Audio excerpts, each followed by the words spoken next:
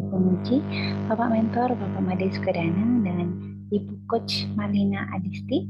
Perkenalkan, saya Nima Dewi Astuti. Saya adalah seorang dosen asisten ahli dari program studi farmasi Fakultas Medika Universitas Udayana. Saya peserta latsar CPNS nomor 3 angkatan 37 kelompok 2, nomor daftar hadir 17. Kali ini saya akan memaparkan laporan rancangan aktualisasi diri saya yang berjudul Peningkatan Budaya Mutu untuk Pencapaian Akreditasi melalui penyusunan panduan monef penelitian dan pengabdian kepada masyarakat pada program studi farmasi Fakultas Medika Universitas Udayana. Adapun yang melatar belakangi aktualisasi diri saya di sini adalah kedua undang-undang tentang ASN dan guru dan dosen. Di mana di sini kalau kita lihat, saya gambarkan target Indonesia itu adalah mencapai Indonesia Emas pada tahun 2045, di mana SDM merupakan salah satu poin pentingnya. SDM yang berkualitas itu akan sangat mendukung pencapaian Indonesia Emas tersebut, di mana salah satu SDM tersebut adalah dosen. Di mana dosen, di sini saya sebagai dosen ASN yang memiliki tupoksi utama menjalankan tridharma perguruan tinggi. Dalam menjalankan tridharma perguruan tinggi tersebut untuk mengukur kesesuaian pelaksanaan tridharma perguruan tinggi dengan standar baik itu yang berlaku nasional di universitas maupun di fakultas, maka ada yang namanya sistem penjaminan mutu. Kalau eksternal itu dilakukan oleh rantai Tekes maupun BNPT, kalau internal itu melalui AMI dengan menjalankan budaya mutu yaitu siklus BPEPP. Di sini peran pentingnya itu adalah melaksanakan monef penelitian dan pengabdian, itu salah satu poin pentingnya. Ini adalah visi misi UNED. Kalau dilihat dari visinya itu unggul, mandiri, dan berbudaya. Dari misinya itu berkaitan dengan tridharma perguruan tinggi. Ini adalah tugas dan fungsi dari Universitas Udayana. Kemudian nilai-nilai organisasi ada 3, yaitu Tridita Karana, Widya Cakra Prawatana, dan Taki Ningsiwata Guna Widya, beserta makna dari masing-masing nilai organisasi tersebut. Ini adalah struktur organisasi dari Universitas Udayana, di mana saya berada pada Fakultas MIPA. Selain itu saya juga berhubungan dengan LP3M, karena di sini saya menjadi bagian perpanjangan dari LP3M di fakultas, yaitu UP3M, dan saya juga menjadi anggota TPPM PS Prodi. Ini adalah struktur organisasi fakultas. Di sini peran saya kalau dilihat dari struktur organisasi Fakultas MIPA. Dan ini kalau dilihat dari struktur organisasi program studi farmasi, saya berada di PPM PS. Dalam membuat tugas ini saya juga meniru role model senior saya, yaitu Profesor Gelgel, di mana ini adalah profil beliau. Ini adalah visi misi dari Fakultas MIPA dan program studi farmasi, di mana selalu ada keterkaitan sejalan antara visi misi program studi fakultas maupun universitas, yaitu unggul, mandiri, dan berbudaya. Kemudian dari misinya itu yaitu melaksanakan tridharma perguruan tinggi. Dilihat dari tugas dan fungsi jabatan saya di sini, dilihat dari tugas dan fungsi sesuai dengan undang-undang dan peraturan pemerintah, itu sama, yaitu intinya adalah menjalankan tridharma perguruan tinggi. Tetapi di sini saya memiliki tugas tambahan, yaitu sebagai anggota tim penjaminan mutu pada program studi farmasi, dan sebagai anggota juga unit penjaminan mutu di Fakultas MIPA yang menjalankan siklus BPEPP ini. Nah, selama menyusun laporan aktualisasi ini, saya menemukan 6 isu dengan berdiskusi dengan mentor, KPS, koordinator program studi, tim penjaminan mutu, senior, serta teman-teman yang ada di program studi farmasi. Saya mengidentifikasi 6 isu di situ seperti tercantum di slide.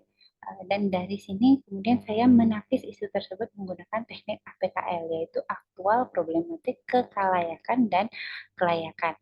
Di sini saya memberikan skor dari 1 sampai 5, di mana semakin besar skornya itu berarti dia semakin aktual, semakin problematik, semakin layak untuk diangkat dan dibahas prioritas. Di sini yang memiliki urutan prioritas paling tinggi itu adalah belum optimalnya pelaksanaan monef penelitian dan pengabdian di program studi farmasi Fakultas MIPA Universitas Udayana pada tahun 2022, dan itu merupakan core ICU yang saya angkat pada aktualisasi kali ini. Untuk deskripsinya dilihat dari data dan fakta. Berdasarkan sistem penjaminan mutu, baik itu internal maupun eksternal, di sini berdasarkan data yang tercantum di slide, temuan AMI maupun akreditasi itu menyebutkan belum optimalnya pelaksanaan monef dan juga dokumentasi monef penelitian dan pengabdian. Lalu saya mencoba menggali penyebabnya menggunakan Fishbone. Di sini saya melihat 6 poin, yaitu ada man, material, mesin, method, measurement, dan environment. Dan dari keenam poin tersebut, saya mendapatkan satu akar permasalahan, itu belum adanya panduan monef penelitian dan pengabdian kepada masyarakat. Oke. Kemudian dilihat dari isu tersebut, apabila isu tersebut tidak ditangani, maka dampak yang dapat terjadi adalah kegiatan penelitian dan pengabdian tidak berjalan sesuai dengan prosedurnya.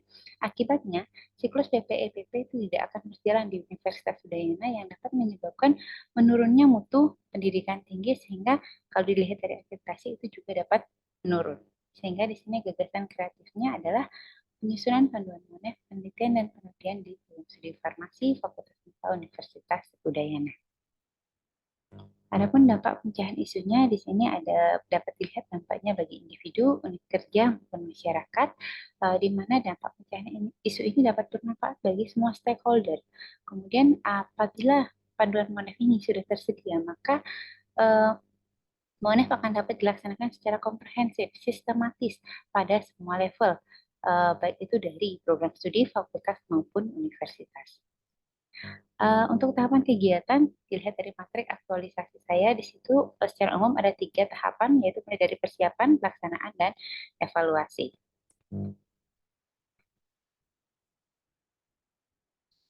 Ini adalah matriks aktualisasi diri saya. Jadi yang pertama itu ada 6 kegiatan yang saya lakukan. Mungkin saya tidak akan membahas semuanya. Jadi yang pertama mulai dari melakukan persiapan asesmen SOP dan kebijakan monef penelitian dan pengabdian. Jadi yang tahapan pertama itu saya menghubungi KPS, kemudian TPPM dan juga mentor melalui WhatsApp. Di sini di masing-masing tahapan kegiatan ini saya sudah mencantumkan poin-poin nilai berakhlak untuk agenda 2. Kemudian output dan hasilnya itu berupa konfirmasi kesediaan dan buktinya itu berupa screenshot WhatsApp. Kemudian di kolom kelima itu sudah ada keterkaitan dengan substansi agenda 3 dan agenda 2. Kemudian kontribusi terhadap visi misi. Secara umum jika dilihat dari visi, maka di sini rancangan aktualisasi ini akan berkontribusi terhadap visi mandiri dan unggul dari Universitas Udayana. Kemudian itu juga akan mendukung misi yang kedua dan keempat seperti yang tercantum di file Word. Kemudian untuk nilai-nilai organisasinya itu di sini akan mendukung hubungan antara manusia dengan manusia, ya, antara ASN dengan sesama, dengan pimpinan, dengan atasan dengan bawahan.